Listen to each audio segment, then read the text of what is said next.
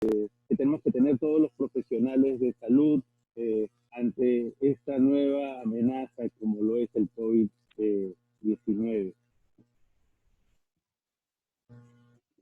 Para ello, vi por conveniente utilizar en la búsqueda que hice, vi por conveniente utilizar una presentación realizada por el doctor Joao Toledo del Departamento de Emergencias de Salud de la OPS de Washington, D.C., en la que se conversó sobre lo que viene a ser las precauciones estándares perdón, y el uso de equipo personal en el caso de los profesionales de salud. Hay que tener en cuenta que estas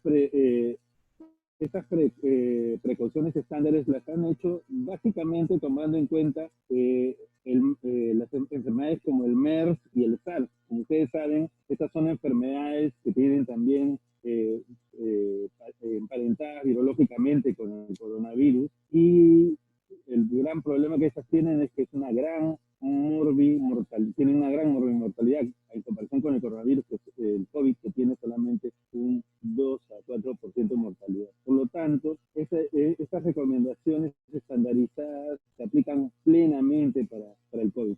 Otra cosa que hay que tener en cuenta cuando se habla de esta enfermedad es que nosotros hemos entendido que la transmisión es primordialmente por vía aérea. Sin embargo, no existen estudios contundentes que nos hayan dicho de que no puedan ser transmitidas por otras secreciones. Antes de decir que hay algunos, ustedes pueden ver en la bibliografía, algunos estudios en los cuales se habla de la transmisión por vía aérea, y también podría haber transmisión en los manipuladores de alimentos. Entonces, ¿qué condiciones nosotros tenemos que tener cuando hablamos de prevención y control de infecciones, y especialmente en esta condición del COVID? Lo principal es que hay que limitar mucho la transmisión interhumana, y para eso se está controlando, se están haciendo las medidas de control social, como las que ustedes ya conocen y que se está promocionando mucho el Estado. Nosotros también tenemos que tener algunas otras consideraciones, como por ejemplo reducir infecciones secundarias. ¿Esto qué cosa quiere decir? No solamente cuando nosotros tenemos a nivel intrahospitalario tenemos un paciente con posibilidad de transmitir COVID de uno a otro lado, sino también tenemos que tener en cuenta el hecho de que se pueden transmitir algunas otras infecciones. Por ejemplo, al paciente cuando se le está intubando, o al paciente cuando lo estamos movilizando, nosotros podemos transmitir una infección asociada de un lado a otro. Tengamos en cuenta que esas condiciones no las hemos analizado a profundidad, pero nosotros sabemos que tenemos que tener esas consideraciones. Y la otra situación que tenemos que tener es que haya una super diseminación cuando se realizan algunas procedimientos. Un ejemplo claro de ello podría ser el caso de la manipulación de cadáveres, por ejemplo, ¿no? Uno dice, ¿cómo esto puede diseminar? Por ejemplo, cuando se hace una necropsia de un cadáver, entonces al momento del corte, la apertura, al momento de separar algunos órganos, puede haber una gran diseminación del virus. Por lo tanto, es muy difícil, por ejemplo, en esos casos, ahí se comprende muy fácilmente que es muy difícil poder controlar los aerosoles que se pueden eliminar. Igual a esto puede suceder cuando nosotros manipulamos a un paciente. Por ejemplo, hacemos un procedimiento en ellos. Por ejemplo, cuando hacemos, lo más claro es una intubación, ¿no? Cuando hacemos una intubación, el paciente le vamos a provocar el mecanismo de la tos, y va a haber en ese momento una gran diseminación de sustancias, entonces de secreciones. Entonces, en ese sentido hay que controlarlo. Igual cuando drenamos una herida, o cuando manejamos expresiones del paciente. ¿Y qué se tiene con respecto a transmisión en personal de salud?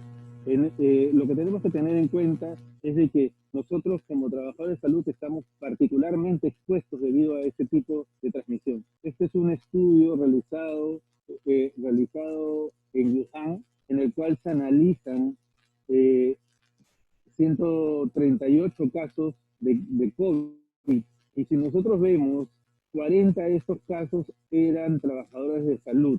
en esta gráfica está representada por esas cabecitas rojas que ven en la gráfica. Entonces, si nosotros tenemos en cuenta ello, entonces sabemos que prácticamente hay 30% de casos hasta 30% de casos eh, podrían ser trabajadores de salud, lo cual nos pone en un especial riesgo, teniendo en cuenta que los trabajadores de salud, una vez infectados, no estoy hablando de enfermedad, sino estoy hablando de infección, una vez infectados, el trabajador de salud sale de lo que viene a ser la lucha contra la enfermedad.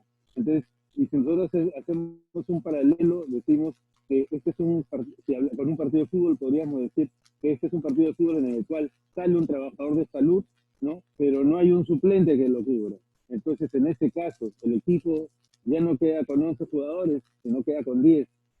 Y si seguimos perdiendo los trabajadores de salud, entonces vamos a estar completamente en desventaja. Por lo tanto, es muy importante tener en cuenta que el trabajador de salud, por cuidado especial de la propia persona y para poder seguir luchando con esta epidemia, tiene que mantenerse sano.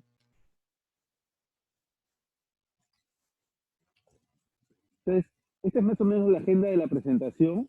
Vamos a tener una visión general de la historia natural de la enfermedad. Vamos a hablar muy brevemente, sobre precauciones estándares. Vamos a hablar sobre vamos a hablar sobre algunas precauciones adicionales. Vamos a evaluar riesgos y requisitos para usar el equipo de protección personal. Entonces, nosotros sabemos que en la transmisión del COVID, ¿no? Tenemos que se cumple la triada epidemiológica, ¿no? Lo que tenemos es el patógeno, ¿no? El huésped y el reservorio. Sin embargo, en esta enfermedad, ¿no? Si inicialmente nosotros podíamos inicialmente nosotros podríamos decir de que había un posible reservorio. En este caso podría ser los murciélagos. Los murciélagos, actualmente ya la transmisión del murciélago humano se ha desarrollado y lo que tenemos es de que el humano viene a ser el hospedero accidental y es el que va permanentemente ir transmitiendo la infección. Entonces, hay que tener en cuenta entonces ese sentido, que la actividad epidemiológica se ha cumplido, el hospedero ya no es necesario, ¿no? Aunque podríamos pensar que otro animal podría comportarse como hospedero, y eso también es bastante cierto. Pero de todas maneras, lo que tenemos que pensar ahorita en estos momentos es que la transmisión es de humano a humano. Acá tenemos más ejemplos de lo mismo, una mayor aclaración, ¿no? El patógeno, el COVID, el hospedero susceptible o el hospedero o intermediario que se dice que es el humano. El reservorio lo han colocado como desconocido, sin embargo nosotros sabíamos que en una primera etapa esto era una zoonosis, ya no se está comportando como tal, ¿no? La puerta de salida, inicialmente se pensó que era por vía oral, sabemos que es por vía aérea ahora prácticamente, y nosotros no hemos comprobado recientemente si solamente es la vía aérea y nosotros sabemos que podría estar involucrado algún otro aspecto, como podríamos ver la transmisión fecal-oral y más que fecal-oral a través de contaminación de femitos, ¿no? Entonces, otras condiciones que podemos tener en cuenta es lo que estábamos hablando, una diseminación marcada cuando nosotros hacemos una aerosolización muy grande cuando tratamos un paciente, eso podría dar. Ahora, la vía de entrada siempre la estamos identificando como es la vía aérea. Sin embargo, nosotros tenemos que comprender que la vía de entrada puede estar de otra manera, si es que estamos hablando de lo que viene a ser transmisión fecal-oral. Esto quiere decir que todos tenemos que tener ese cuidado. Perdón, ¿hay alguna pregunta? No. Continuamos. Entonces, entonces ya nosotros tenemos que entender que la transmisión se está dando de esta manera. Ahora, muchos han hablado sobre lo que viene a ser la sobrevía del virus en diferentes ámbitos. Lo que tenemos que tener en cuenta aquí es de que En la aerosolización, ¿no? En la aerosolización, probablemente la transmisión sea mucho más efectiva cuando estamos hablando de persona a persona que tenemos una cercanía de 1.5 o 2 metros, que la aerosolización va a facilitar mucho la transmisión. Sin embargo, la otra situación que tenemos que tener en cuenta es que el enfermo o la persona que que es infectante podría transmitir el virus por secreciones, ¿no? Y en ese caso, las manos o el mal aseo podría colocar al virus en condición de poder infectar a otras personas. Por ejemplo, si esta persona se hace una mala toilette, una mala limpieza de las vías aéreas, o si esta persona va al baño y no se la, va al baño, hace sus posiciones y no se lava las manos, entonces la posibilidad de transmitirlas podría darse, si es que nosotros entendemos que también podría haber presentación en heces o en saliva o en otras secreciones. Entonces hay que tener en cuenta ese detalle.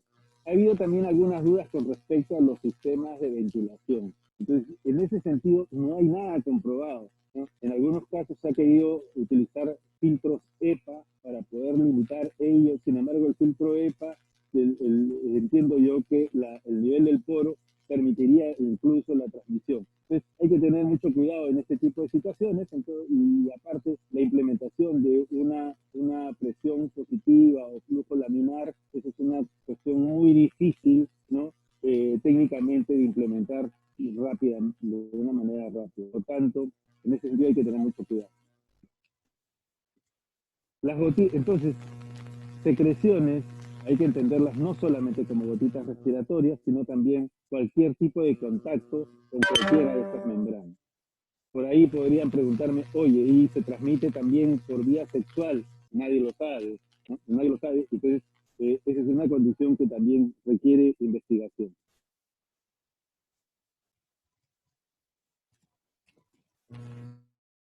Entonces, en la historia, en la historia natural del COVID se han identificado varias rutas y mecanismos de transmisión, como lo podemos ver en esta tabla, ¿no? Se han descrito a través del lavado bronquial violar. En esta situación están especialmente expuestos los neumólogos o los intensivistas que realizan las broncoscopías, ¿no? Por muestras respiratorias durante el hisopado de faringe. En ese momento hay que tener en cuenta que el trabajador de salud realiza o la persona que realiza la prueba tiene una aproximación muy cercana con el paciente o el paciente sospechoso, y en ese sentido se expone de una manera importante. La transmisión materno-fetal es muy dudosa, está descrito, ahí está el artículo que nosotros decimos, todavía no hay nada fehaciente en ese sentido. Como también les decía, la transmisión por otros flujos, ¿no? Por ejemplo, semen, flujo vaginal o otro fluido corporal. De todas maneras, nosotros tenemos que entender que en algunos casos ya está descrito lo que viene a ser presencia de virus en heces, por ejemplo. Entonces, allí podríamos estar pensando que sí puede haber una transmisión efectiva. Con respecto a las precauciones estándares, como siempre, cuando comento esto con los trabajadores de salud, les digo, bueno, de esto nada nuevo estamos diciendo, porque nosotros las precauciones estándares, al menos en nuestro país, ya nosotros las tenemos bastante individualizadas. Porque nosotros, recuerden que nosotros somos una población que está especialmente expuesta a tuberculosis, y para ellos teníamos nosotros ya aplicado las precauciones estándares en ese sentido. En el caso de VIH, nosotros ya habíamos tenido los controles y sabemos manejar lo que viene a ser VIH. Y probablemente las personas mayores de 50 que estén escuchando, probablemente todavía tenemos el recuerdo de lo que venía a ser la época del cólera y cómo fue la transmisión fecal oral. Entonces ahí entendimos muy claramente de que el manejo tenía que ser también tener cuidado con cualquier tipo de secreción, ¿no?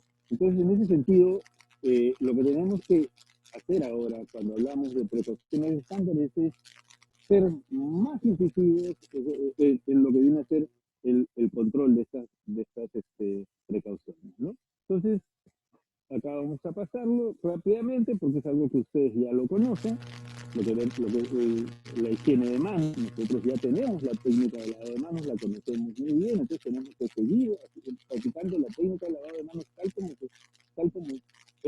se nos ha enseñado y que ahora se está promocionando mucho a nivel de los medios de comunicación. El lavado de manos, nosotros sabemos claramente que el lavado de manos tiene que darse en todo momento, ¿no? Antes de evaluar un paciente y después de evaluar un paciente, antes de hacer cualquier procedimiento también tendríamos que hacer la práctica de lavado de manos.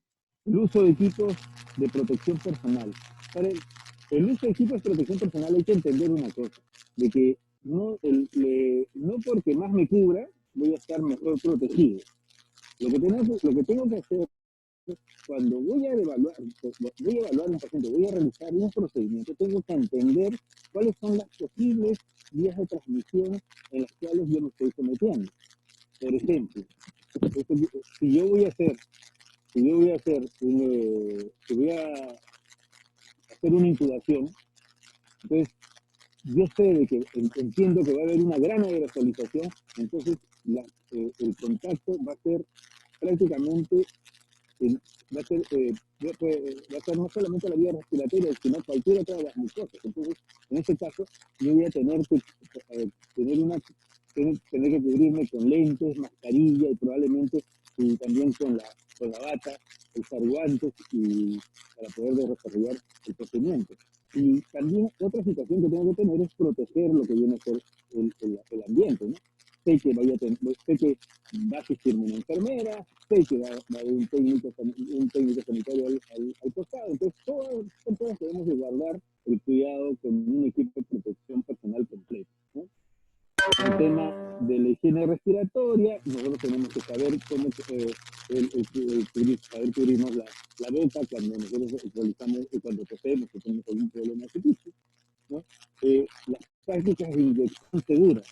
En ese sentido, siempre, y en base a la experiencia que nosotros tenemos en el hospital, sabemos muy bien que los principales accidentes ocurren por manejar inyectables en condiciones de incomodidad. Entonces, hay que tener mucho cuidado en ello, ¿no? Cuando nosotros vamos a aplicar un inyectable o vamos a hacer alguna extracción, vamos a hacer un procedimiento pulso cortante, nosotros tenemos que tener toda la comodidad para poder desarrollar el procedimiento. Si no, la práctica se vuelve insegura y el nivel de accidentes se incrementa notoriamente. Entonces, esterilización, desinfección de los equipos médicos es una labor que se debe de seguir desarrollando y limpieza del ambiente. En el día de hoy, entonces, bueno, nosotros vamos a tener que manejar también lo que viene a ser el enfoque preventivo y evaluar el riesgo. Entonces, ¿qué medidas son las que más vamos a tener en cuenta? El lavado de manos, el uso de guantes, el uso de una bata y las protecciones visuales y de vías aéreas.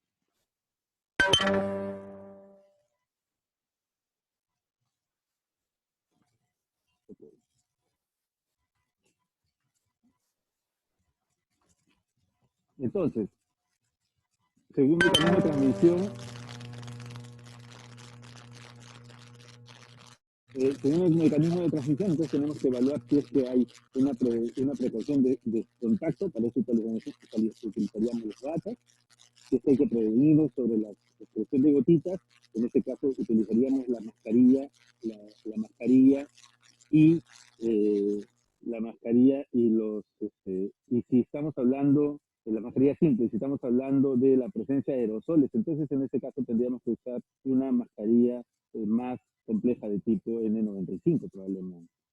Como recordatorio, para tener en cuenta cómo es la transmisión del COVID, aquí tenemos más o menos algunas condiciones que hay que tener en cuenta, lo que viene a ser la aerosolización por vía aérea, las gotas que tienen una poca distancia, podemos cubrirlas bien con una mascarilla muchas veces, el el uso de guantes siempre y batas para colocarse en manejo de personal.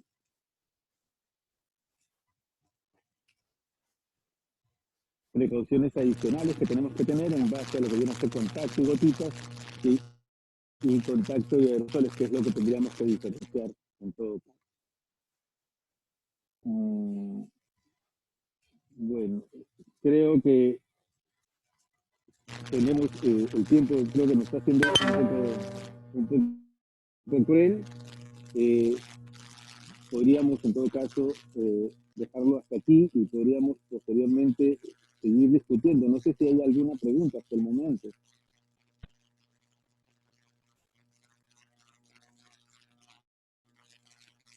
Sí, doctor, como el tiempo está como queda corto, justo estoy indicando que pueden hacer las preguntas necesarias para continuarlo posiblemente el día de mañana, ya que el tiempo nos está quedando corto. Y creo que viendo ya estamos en más de 30 minutos. Entonces, podríamos dejarlo hasta acá y continuarlo mañana. Sí, yo creo que no hay ningún problema. Más bien que aquí hay alguna pregunta. Como dice el doctor, perdón.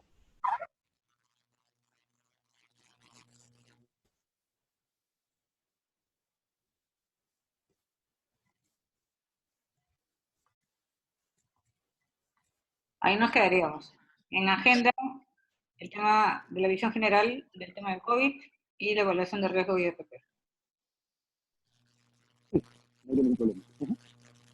¿Ok? Okay. Entonces, Bien. termino de grabar, te dejo hasta acá y nos vemos mañana a la misma hora. Sigan conectándose a la red de Telemedicina Perú para poder enviar toda esta información y las PPTs necesarias a la gente que esté conectada. Nos vemos. Okay, gracias.